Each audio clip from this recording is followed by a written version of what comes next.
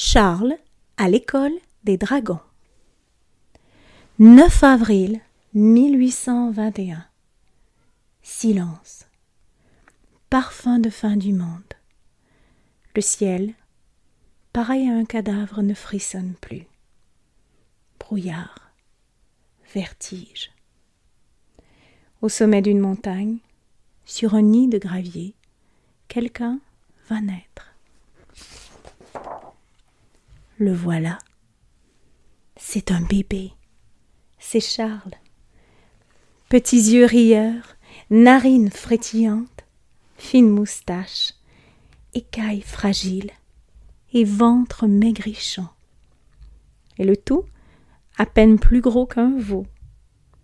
Oh, et ses pieds, larges et griffus, et ses ailes majestueuses. Pendant 3 ans, Charles grandit. Ses pieds, ses ailes se développent. Et son imagination aussi. Charles aime les poésies tristes. Oh, le monde est si moche, cher papa, chère maman.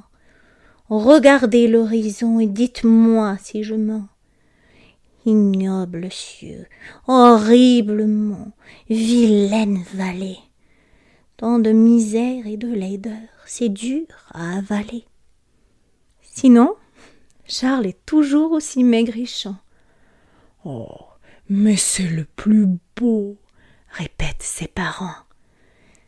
C'est le plus beau dragonnet du monde. Jusqu'au jour où son papa l'accompagne à l'école, au pied du grand arbre.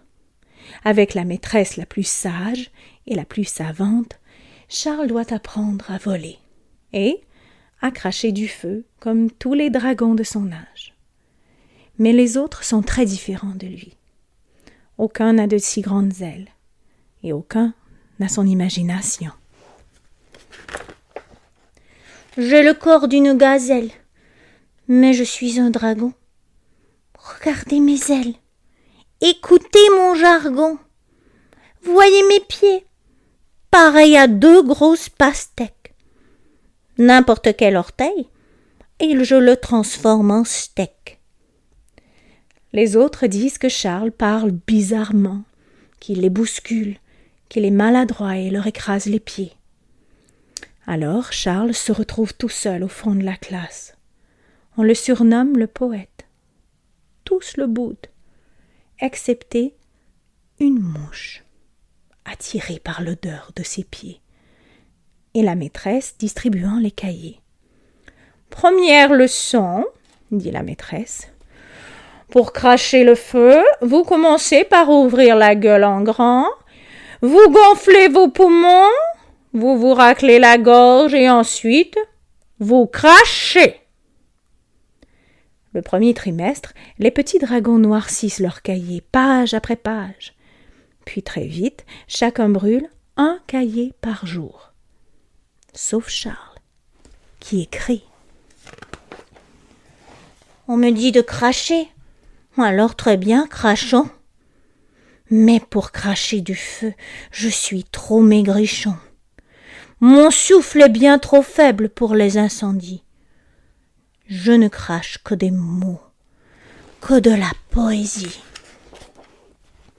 Vient l'heure d'apprendre à voler. Pour de si grandes ailes, il faudrait à Charles des muscles de titan. La maîtresse a beau lui dire de grimper sur la branche la plus haute pour prendre de l'élan, Charles finit toujours par terre sous les rires de ses camarades. Riez, riez, petit dragon de me voir sur les fesses. Mais bientôt je volerai, ça j'en fais la promesse. Tous les jours, Charles rentre de l'école à pied, tête basse. Il traîne ses ailes derrière lui. La vie lui semble si pénible, si compliquée. Combien de fois ses parents lui ont-ils répété qu'il était le plus beau dragon du monde, alors que tous les autres le trouvent comique et laid. L'hiver passe, long et monotone. Les petits dragons apprennent à faire des loopings. Au 2e trimestre, ils peuvent brûler une bibliothèque en un seul crachat, excepté Charles, toujours à terre, le nez dans son cahier. « Mais qu'est-ce qu'on va faire de lui ?» se demande la maîtresse. Arrive le printemps et son cortège d'allergies. Charles en est écœuré. « Atchou ! Oh, les fleurs sentent mauvais et le soleil tape à l'œil. Ce bonheur ridicule a une odeur de deuil. Les gazouillis des oiseaux me donnent la nausée.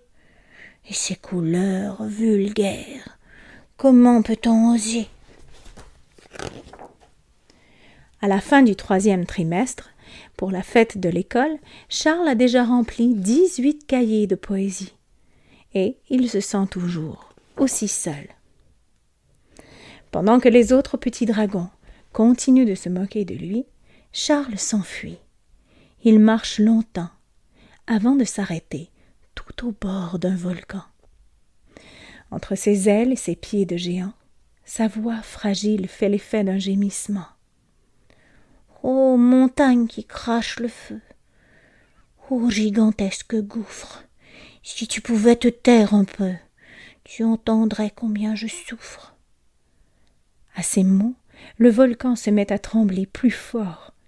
Une épaisse fumée jaillit de son cratère.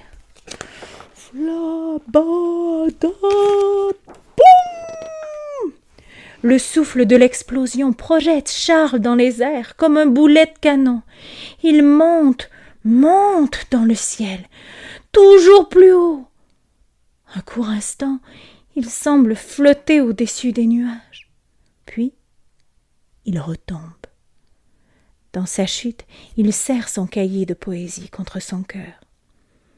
Adieu, maman. Adieu, papa. Adieu, monde cruel et sans joie.